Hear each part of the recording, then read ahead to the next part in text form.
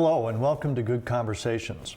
We're honored to have with us today Anna Whiting Sorrell, an enrolled member of the Confederated Salish and Kootenai Tribes, and for the past 4 years, the policy advisor on health and families to Governor Brian Schweitzer. The governor has now appointed Anna to serve as the first Native American to lead Montana's biggest agency, the Department of Public Health and Human Services.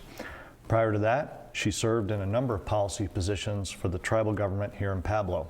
Welcome, Anna, and congratulations on your appointment. Thank you. Thanks for taking the time to be with us. Well, we're grateful you're going to take the time for 2 programs, and for our viewers, I just wanted to explain that in this first half hour, we'll take some time to discuss kind of the state of things in Montana in terms of health and social well-being, and then explain what your department does, which I was surprised, and looking online is much more than I originally had thought. So we'll get to that. And then in the second half hour, the second program, talk a bit about the next 4 years and the vision that you and the governor have for the department and the issues you're dealing with. So, but first let's back up for a moment and talk about the last 4 years. Serving in the governor's office in Helena in this policy advisor position. How's that been for you? It's extremely exciting. You know, Governor Schweitzer has such a bold vision for Montana. And so to be a part of that inner circle with him has been extremely exciting. You know, I went to work for Governor Schweitzer when he was in transition, when he was governor-elect, having served for John Kerry in his presidential bid in 2004. And so when the governor-elect asked me to come and work for him, it was a big honor. And I certainly appreciated the CSKT Tribes opportunity that they provided me to do that, as I was actually on detail for a few weeks before I actually went on staff with Governor Schweitzer. You know, the governor came into office in 2005 with a big vision for Montana, and certainly was different from previous governors. It was the first time in 20 years that a Democratic governor had been elected. And so he really wanted to move all of Montana forward. I think the most exciting part of my job with Governor Schweitzer was to be his liaison to really many of the stakeholder groups that really prior had not had that opportunity to be at the table and to help make decisions. I got to be very much involved with people with disabilities, with people with low income, you know, Montana families that struggle to have food on their table. I got to spend time with women's groups, talking to them about what was most important. Certainly in your interest area, Tom, was I also got to serve as the chairperson of the governor's internal strategy on Indian policy, and with the budget director, David Ure. And so we really, in the previous position, it was really kind of overall looking at how do policies of the governor and the governor's office, which then go out to the departments, really impact all of Montana. Wow, well, how exciting. And I'm just imagining, this was an action-packed 4 years, probably not exactly restful. So what, you weren't tired enough from the last 4 years, now you decided to take on a bigger challenge?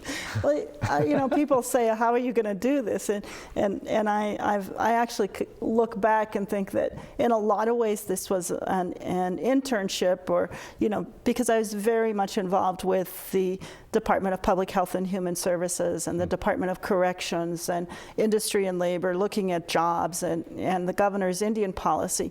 And so I don't think, I know I can't put in any more hours. Yeah. I know that you can't work any harder than I did before. And I'm sure people who know me understand that I always jump in with both feet and kind of hope for the best and plan for the worst, but you always got that hope in your, that you really can make a difference. So I really plan to bring the skills that I learned working with the governor, the governor's office of budget and planning, the legislature, the stakeholder groups into this new position. Well, exciting. Well, it's always surprising to me how little time we have on this show to get through all these things, because about every sentence you said, I'd like to go into about 10 more questions. But let's jump to kind of the state of things here in Montana. What's the state of Montana's health and social well-being picture, which is kind of the picture you're dealing with in charge of this department? Well, I think that, you know, we're better than many states across the union. We're really fortunate that in the previous 2 legislative sessions at the governor's insistence that we had set aside funds to really make sure that we weren't going in the hole. As the governor likes to say, we will live within our means. And we have found that to be true. The governor made sure with his budget director that there was funds for a rainy day, and now we are actually using those funds to help balance the budget. Many states didn't do that, and so you see like California, New York, and a lot of states are really having to cut services. At this point, that's not going to happen for Montana. And the other thing that I appreciated about our previous 4 years is the governor was sure that he wouldn't do anything that wasn't sustainable. So there wasn't going to be this, let's put a bunch of programs out there and then take them away when, you know, in big times and in bad times. That's kind of that was a lot of governments do. Yeah. And the governor insisted, recognizing that as a state that have had that boom and bust in the past, right, that he wasn't going to do that. So, you know, we do have sustainability at where we're at. The other thing is Montana has a very small unemployment rate when you compare that to the nation. I think we're at about 4.9, maybe 4.7, and others are up into the 6%. So I think that those are all things that speak well to where we are as a state. It was hard work and really holding to a set of principles that then the legislature really adhered to and endorsed, and as a result we'll go into this next legislative session with a better perspective than many other states. Sure. Now, what do you see as kind of the biggest health and social well-being challenges that remain in Montana? Obviously, there still are a lot of people struggling in a lot of different ways, and there are, I'm sure, also differences across the state geographically and between different social groups.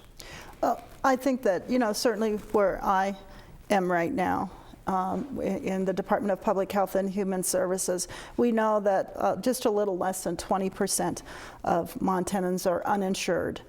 Many are underinsured as well. And you know, insurance is one thing. Another is just access to affordable, accessible health care. I mean, that to me is a major issue that, you know, every Montanan needs to have health care. I also know that... And that's right around the national average, isn't it? I've always heard that about 20% of Americans... About 20%, you know, and it's a group of people that work hard every day.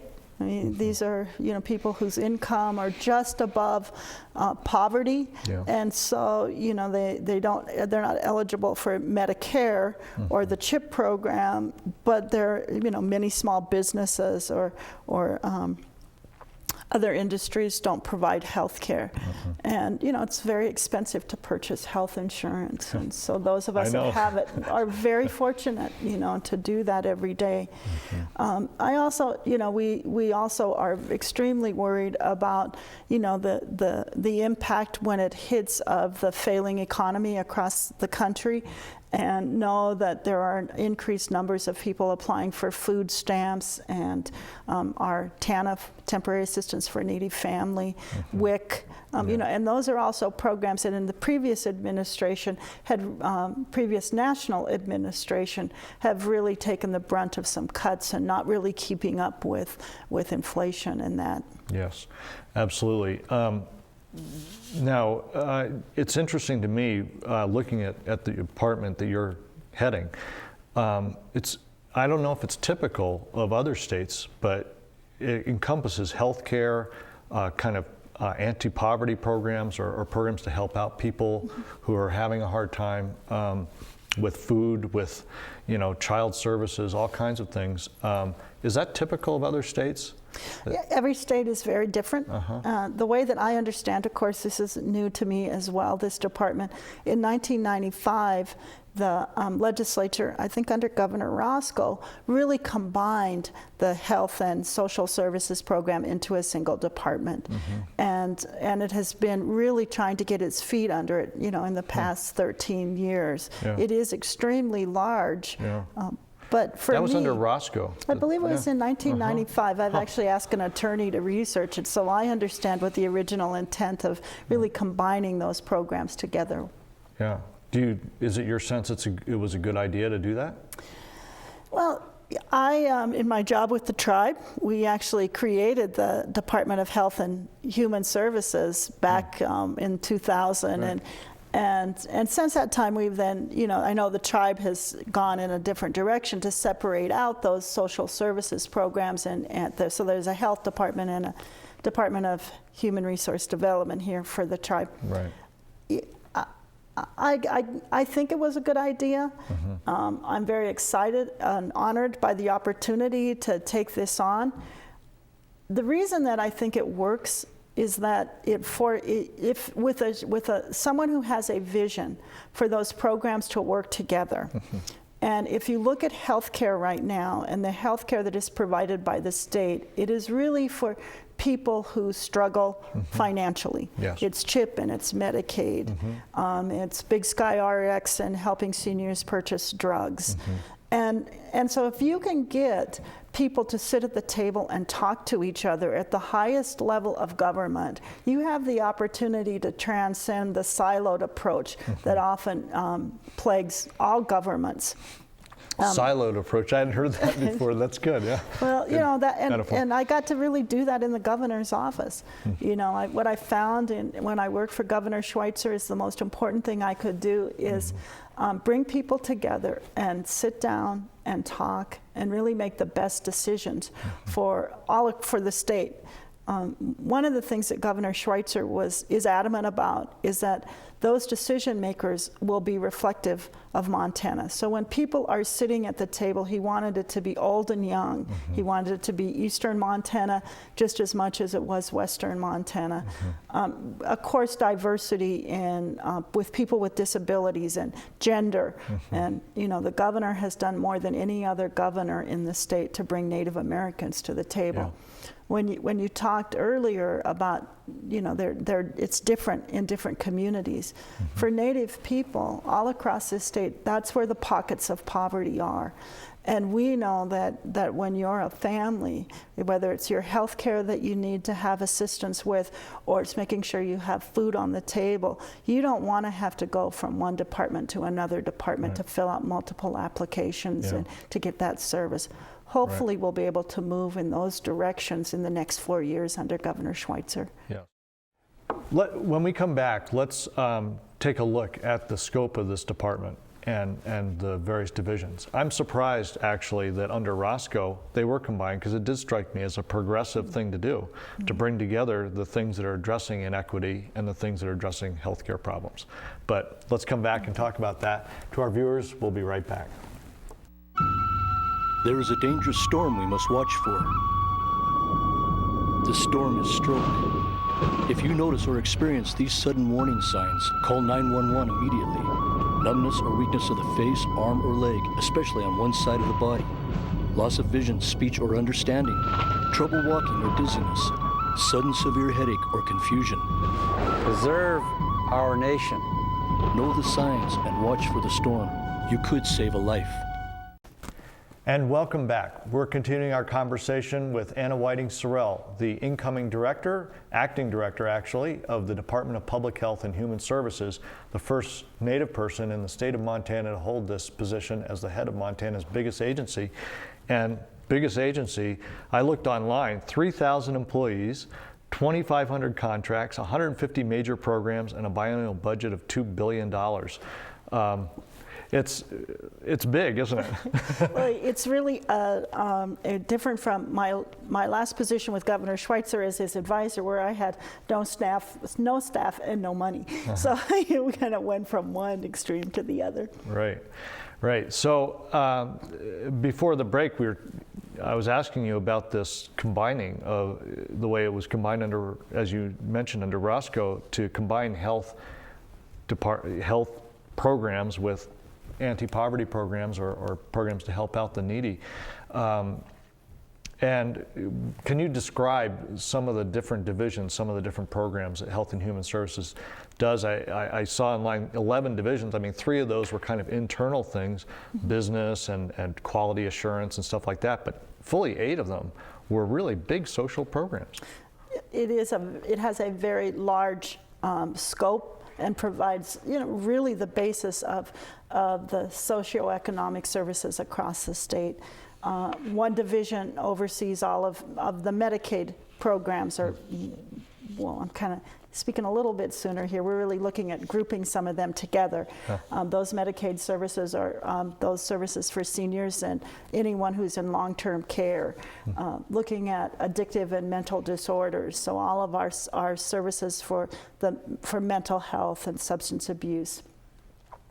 Another division really focuses just on running the Medicaid program, and Medicaid is a significant part of the overall program at DPHHS, making sure that we have a well-run program that really fits within the budget constraints. And then finally, the last Medicaid service we provide is to people with disabilities. It's called DSD, and there's a lot of services that go out to people with both physical and cognitive disabilities. But then those are now split between different divisions within? They're all within what? Those are 4 separate divisions and run by a division administrator. I see. And then we also have the what we call economic security programs, really making sure people have economic security. And that's child support enforcement, making sure that we have the TANF program. I'm sorry, back up and explain that. TANF is the Temporary Assistance for Needy Families. Under President Clinton and his welfare reform, we went from aid to dependent families to TANF. CSKT was the first tribe in the state to actually take over and run the TANF program, so I knew that program well when I went to work for Governor Schweitzer. And then there's the Child Abuse and Neglect program also, so that we make sure that our kids are taken care of and those that are having difficulty. So that means the foster care program, adoption program. Another division is the Division of Public Health and Safety. So when you see all the TV programs on stroke or obesity and all of the public health issue of immunization, those are also in the Department of Public Health and Human Services. Another program is on disaster emergency, and the whole part of that has to do with the epidemiology of different diseases that's out there, and also if there should be a disaster in Montana. Just recently in the governor's office, a letter arrived that had white powder. And while different divisions different departments were involved in that, certainly the Department of Public Health and Human Services took responsibility to get that substance and make sure that we knew what that substance was. Yeah, and turned out to be harmless. It turned out to be harmless, but certainly made for a fun day. One of my first days in the office. Oh my gosh. It's incredible how much chaos something like that can cause. Well, it's interesting to me that just in the medical side of your department's operations, there are robust programs both on the kind of strictly medical side of things, doctors, nurses, hospitals, those things they do, and the epidemiological things, the public health, the things to deal with the threat of disease and things along those sides. So you support the county public health programs. Their funding in part comes through your? Well, it's done through contract. County, city, county, or county health departments have their own independent jurisdiction, but much of what the state does and much of what they do comes through contracts. And so I'm excited as I look at those contracts with each of the 56 counties and how those are put together. I'm also excited about looking how we might replicate that same process with tribal governments. So as opposed to individual contracts, that you really look at some overarching concerns and then you just add together to build that relationship. I see. And in the second half hour, I hope to get into more of that, kind of what you're envisioning for the next 4 years, and particularly expanding the outreach to reservations around the state. But let's look a little bit more at this public health and safety division within your department. What do you see as the most important elements of that whole program? Well, I think there's two very separate parts of it. Being ready for a disaster if something happened. Yeah. Certainly the experience 2 weeks ago taught me that we'd better have a whole public health network that's ready to respond, in a moment. And that's about really good planning and preparation. And so working with military affairs and their disaster emergency services and making sure all of us across the state understand what would happen in an emergency. With the weather the way it's been, that's not so far away, or it could be very soon. Not at all. Yeah. The second part of the department I look at is really being around prevention. And if anybody knows me, and as I always say to people, when I'm done with this gig with the governor, I'll go back to working on prevention. I just believe that there are so many things that we can do that will prevent some of the horrible things that happens in our communities, whether they be tribal or non-tribal. Suicide prevention. Suicide is preventable. Substance abuse is preventable. Obesity and diabetes and the issues that really plague our communities, with good outreach and understanding, and really people understanding about wellness and what wellness really is, then I think we really can make a difference. In the long run, that is where it saves our health costs, if you want to look at it on an economic side. But also much more cost effective rather than dealing with the emergency room end of it. Yeah, absolutely. Or long-term, having to deal with long-term diabetes. But also, it's really what brings greatest comfort to our families and to the people that we serve. And I know that we have to worry as a state about the economics, but we also, to me, have to worry about the people and their families and what's going on in our communities. Right. Well, there's always these short and long-term economic calculations, I imagine, that a department like yours has to make. I mean, obviously those critical needs, the emergency room needs, the urgent care needs to be met. But I mean, hasn't part of the problem historically been that once that need is met, the money's gone and there's nothing left for the preventative, so you can never kind of get ahead of that curve? Well, I also think that if you have good leadership, you can always figure out a way to take a little bit out to do. I mean, if you make something a priority and you ask people to be creative in the way that they do their business, there's always a way to do a little bit of prevention. And I go back to my experience running the tribe's alcohol and substance abuse program. There are ways in which you can make sure, and absolutely the emergent needs and the long-term needs of people need to be met. But we also need to look at creative ways to make sure that we're eliminating some of those needs that may be down the road. And in the long run, it saves money. People, for years, I know when I first started this, I don't want to age myself, but in 1984, when I started working in the substance abuse program, they didn't believe that you could prevent alcoholism and drug addiction. And there are people today that I see who were involved in good treatment and prevention activities that are still sober. So we know prevention work, and of course, the research that's been done over the past decades shows that prevention really does work. Wow. Well, this may be getting a little bit into the topic of our second program, but with all these divisions, with a $2 billion budget, is it enough to cover the need that you see in the state?